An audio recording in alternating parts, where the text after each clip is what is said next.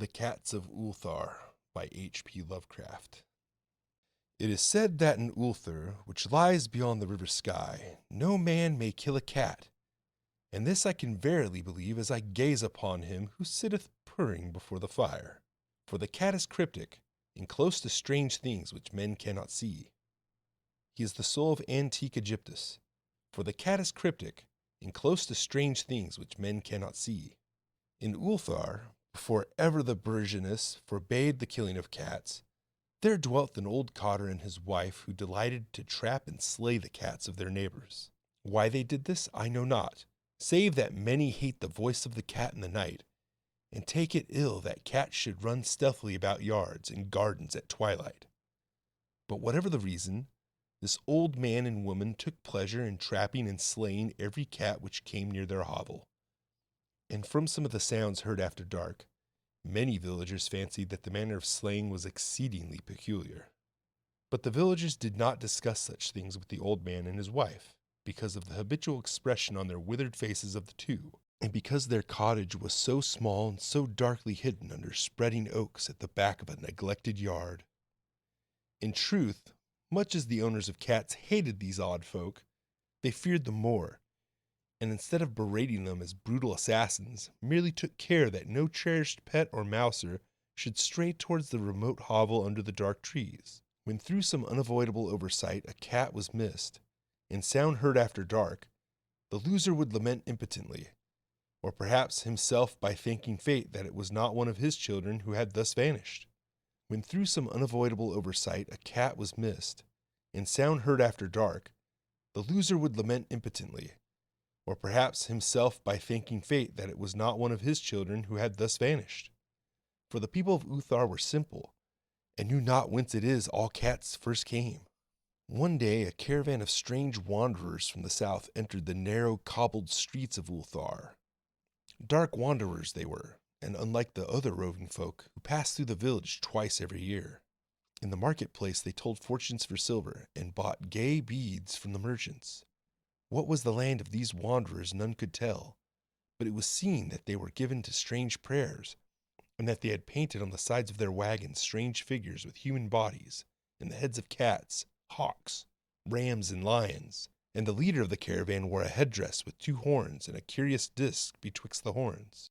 There was in this singular caravan a little boy with no father or mother, but only a tiny black kitten to cherish. The plague had not been kind to him, yet had left him with a small furry thing to mitigate his sorrow. And when one is very young, one can find great relief in the lively antics of a black kitten. So the boy whom the dark people called Menes smiled more often than he wept as he sat playing with his graceful kitten on the steps of an oddly painted wagon. On the 3rd morning of the wanderer's stay in Ulthar, Menes could not find his kitten, and as he sobbed aloud in the marketplace, certain villagers told him of an old man and his wife, and of sounds heard in the night. And when he heard of these things, his sobbing gave place to meditation, and finally to prayer. He stretched out his arms towards the sun and prayed in a tongue no villager could understand, though indeed the villagers did not try very hard to understand, since their attention was mostly taken up by the sky, and the odd shapes the clouds were assuming was very peculiar. And as the little boy uttered his petition, there seemed to form overhead the shadowy, nebulous figures of exotic things, of hybrid creatures crowned with horn-flanked discs. Nature is full of such illusions to impress the imaginative.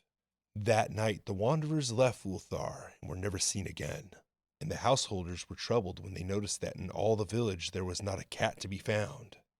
For each hearth the familiar cat had vanished. Cats large and small, black, gray, striped, yellow, and white. Old Cranon the burgomaster swore that the dark folk had taken the cats away in revenge for the killing of Menes' kitten, and cursed the caravan and the little boy.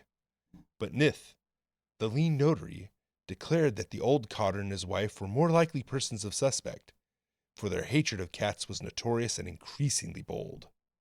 Still no one durst to complain to the sinister couple, even as when little Adel, the innkeeper's son, vowed that he had at twilight seen all the cats of Ulthar in the accursed yard under the trees, pacing very slowly and solemnly in a circle around the cottage, 2 abreast, as if performing some unheard-of rite of beasts.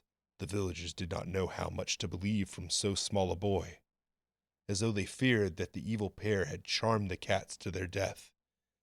They preferred not to chide the old cotter till they met him outside his dark and repellent yard. So when Ulthar went to sleep in vain anger, and when the people awakened at dawn, behold, every cat was back at his accustomed hearth.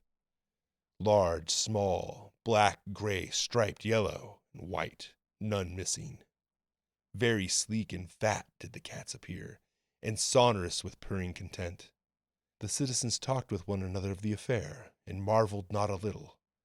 Old Cranon again insisted that it was the dark folk who had taken them, since cats did not return alive from the cottage of the ancient man and his wife. But all agreed on one thing, that the refusal of all the cats to eat their portions of meat or drink their saucers of milk was exceedingly curious.